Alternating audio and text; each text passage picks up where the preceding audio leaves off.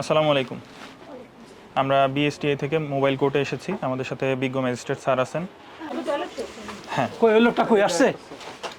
তাকে ডাক দেন। এখানে আছে আরো ফেস ক্রিমগুলো আছে, যে ইয়া আছে, শ্যাম্পু আছে।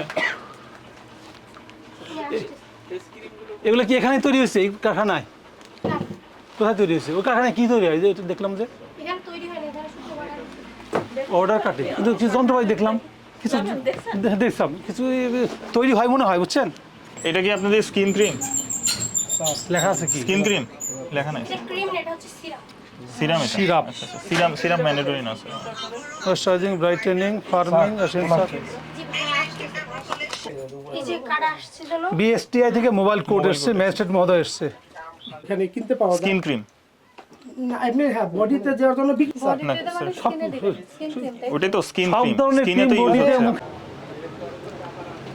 আজকে আমরা এক্সিকিউটিভ ম্যাজিস্ট্রেট মহোদয়ের নেতৃত্বে এখানে অভিযান চালিয়েছিলাম।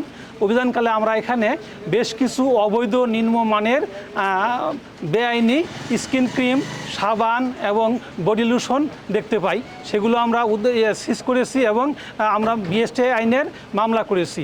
বিজ্ঞ ম্যাজিস্ট্রেট মহোদয় উক্ত আইনের 15-27 ধারা মোতাবেক 2 লক্ষ টাকা জরিমানা করেছেন। জরিমানা আদায় হয়ে গেছে এবং মামলা এর মধ্যে নিষ্পত্তি হয়ে গেছে। এই ব্যবসায়ীকে এই ধরনের নকল প্রোডাক্ট বিক্রয় থেকে বিরত থাকার জন্য বলা হয়েছে। আমাদের এই ধরনের কার্যক্রম জনস্বার্থে চলতে থাকবে। Thank you.